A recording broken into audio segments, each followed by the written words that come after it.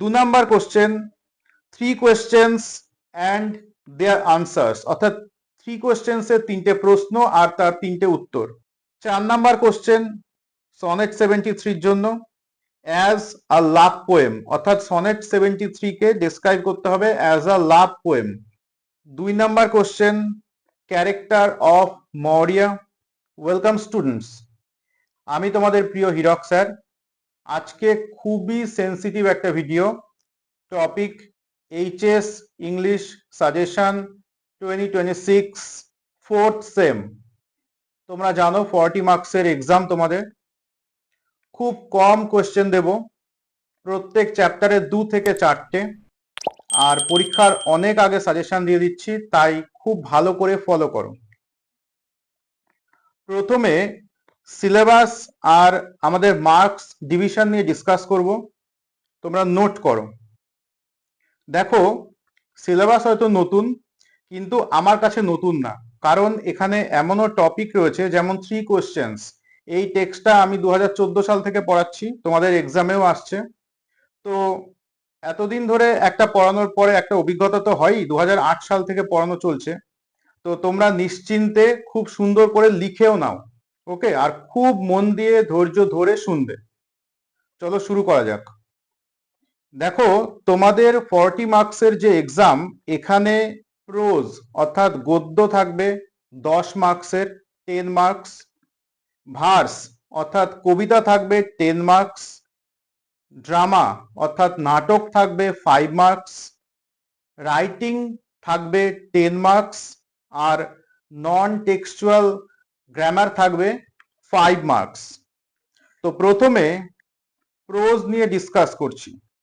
দেখো, আমাদের সিলেবাসে 2টো প্রোজ রয়েছে। Number 1 Alice in Wonderland, down the rabbit hole, আর 2 নাম্বার হলো 3 কোয়েশ্চেন্স। এই দুটো গদ্য থেকে তোমাদের 6 মার্কস লিখতে হবে, একটা ব্রড কোশ্চেন, অর্থাৎ 6 মার্কসের একটা ব্রড কোশ্চেন গদ্য থেকে লিখতে হবে। পরীক্ষায় আসবে 2টো, আর 2 মার্কস লিখতে হবে 2টো, পরীক্ষায় আসবে 4টে। এবার আসছি ভার্সে। ভার্স রয়েছে আমাদের 3টে, অর্থাৎ কবিতা। Hawk roosting, number 2 that time of year, sonnet 73। 3 number the greenhouse effect. এই 3টে কবিতা থেকে তোমাদের ব্রড কোশ্চেন একইভাবে লিখতে হবে একটা, আর শর্ট কোশ্চেন 2টো। অর্থাৎ এখানে 6 মার্কসের কোশ্চেন লিখতে হবে একটা, পরীক্ষায় আসবে 3টে, আর 2 মার্কস কোশ্চেন লিখতে হবে 2টো, পরীক্ষায় আসবে 4টে। এর পরের সেগমেন্ট হচ্ছে ড্রামা অর্থাৎ নাটক। এখানে কোনো শর্ট কোশ্চেন আসবে না, একটা মাত্র ব্রড কোশ্চেন আসবে, তোমাকে লিখতে হবে একটা, পরীক্ষায় আসবে 2টো, মার্কস থাকবে 5। নেক্সট রাইটিং সেগমেন্টে রয়েছে 10 মার্কস। এখানে তুমি যদি এসে রাইটিং করো তাহলে একটাই রাইটিং লিখতে হচ্ছে, মার্কস থাকবে 10। এসে কথার অর্থ হলো রচনা। আগের বার তোমরা প্যারাগ্রাফ করেছো মাধ্যমিকে, এবার আসবে রচনা, অর্থাৎ একটু বড়। এখানে ওয়ার্ডস থাকবে 150, অর্থাৎ তোমাকে অন্তত 150 ওয়ার্ডে এই রচনাটা লিখতে হবে। আর যদি তুমি এসে রাইটিংকে অ্যাভয়েড করো তাহলে তোমাকে এসের বদলে 2টো রাইটিং লিখতে হবে। সেখানে থাকবে ড্রাফটিং ইমেল আর ব্লগ রাইটিং। ড্রাফটিং ইমেলের জন্য 75 ওয়ার্ডস, আর ব্লগ রাইটিং এর জন্য 75 ওয়ার্ডস, কিন্তু ড্রাফটিং ইমেল আর ব্লগ রাইটিং মিলে থাকবে 10 মার্কস, 5 + 5। ব্লগ রাইটিং ব্যাপারটা কি এক কথায় বলে দিই, কোনো ম্যাটারকে যদি অনলাইনে লিখে বর্ণনা করা হয় সেটাকে বলে ব্লগ রাইটিং। নেক্সট সেগমেন্ট রয়েছে 5 মার্কস নন টেক্সচুয়াল গ্রামার। আমাদের গ্রামার সেগমেন্টে 5খানা টপিক আছে, মন দিয়ে শুনে নাও। 1 নম্বরে সিনথেসিস অফ সেন্টেন্সেস। অনেকের প্রশ্ন থাকে, স্যার সিনথেসিস কি? সিনথেসিস কথার অর্থ হলো সমন্বয়, অর্থাৎ সিনথেসিস অফ সেন্টেন্সেস মানে জয়নিং। এখানে জয়নিং বিভিন্ন রকমের আসতে পারে, simple, complex, compound. Phrase, clause, conjunction, gerund এই সমস্ত বিষয়ের উপর একটা জয়নিং থাকবে। নেক্সট 2 নম্বরে split up.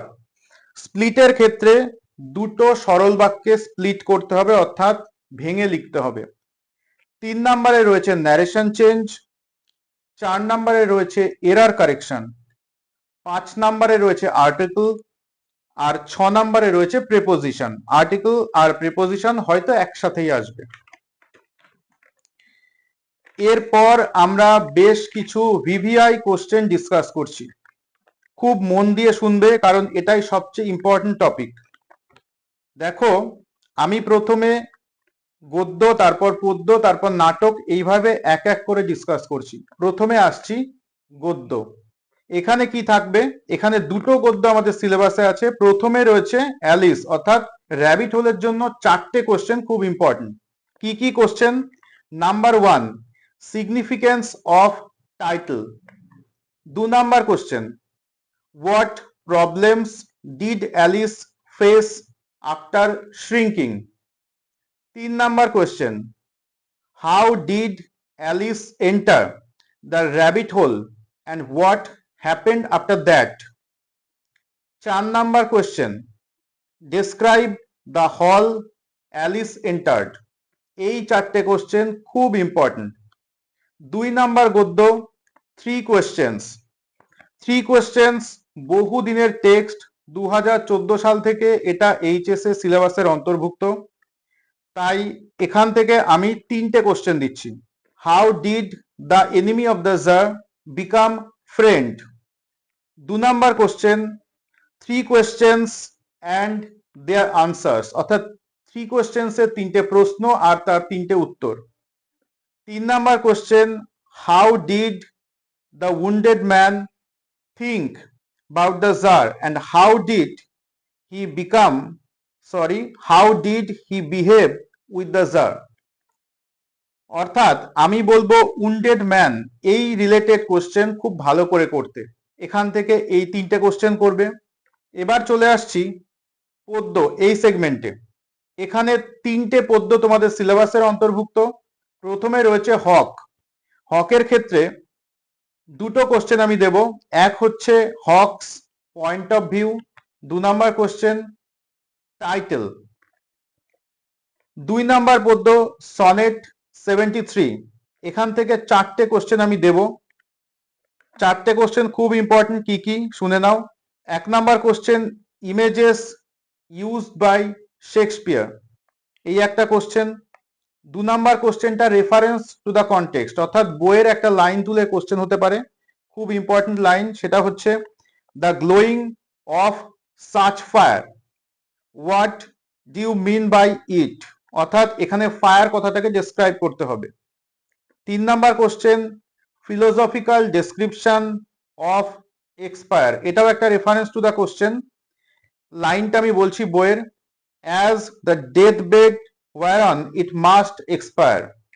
4 number question sonnet 73 জন্য, অ্যাজ আ লাভ পোয়েম, অর্থাৎ সনেট 73 কে ডেসক্রাইব করতে হবে as a love poem. Next 3 number কবিতা গ্রিন হাউস। গ্রিন হাউস থেকেও আমি 4টে কোশ্চেন করতে বলবো। Impact of climate change 1 number. 2 number irony of decline of powerful nations. 3 number question হলো relation between man and nature. 4 number question imagery to describe future. আমাদের গদ্য পদ্য এই দুটো সেগমেন্ট শেষ হলো। নাটকের জন্য আমি 4টে কোশ্চেন করতে বলবো রাইডার্স টু দ্য সি থেকে, খুব খুব ইম্পর্টেন্ট। 4টে কোশ্চেন হলো, 1 নাম্বার কোশ্চেন হচ্ছে as an one act play. 2 number question character of Maurya.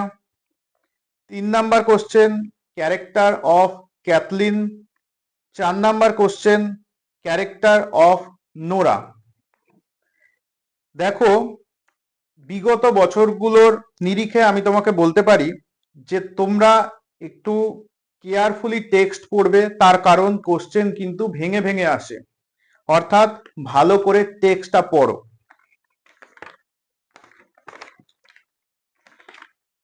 তোমাদের কাছে একটা অনুরোধ থাকলো, চ্যানেলটা অবশ্যই সাবস্ক্রাইব করো, তাহলে এরকম ভিডিও তোমরা আরো পেতে থাকবে। এবার আমরা এসে এই সেগমেন্টটা ডিসকাস করব। দেখো, আমাদের রাইটিং সেগমেন্টে এসে খুব ইম্পর্টেন্ট, কারণ একটা এসেতে 10 মার্কস থাকবে। আমি কয়েকটা এসে এবছরের জন্য ইম্পর্টেন্ট বলে দিচ্ছি, নোট করো।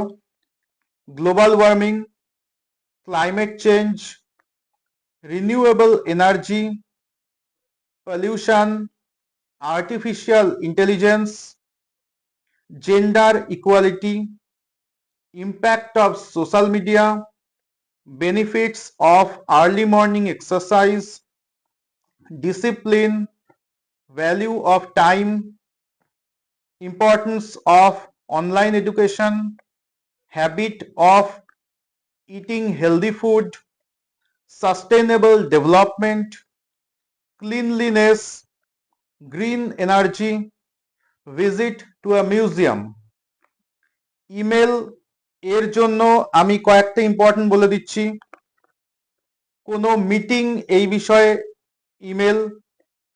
2 নাম্বার হচ্ছে আস্কিং ফর এনি ইনফরমেশন, কোনো ইনফরমেশনের জন্য মেল।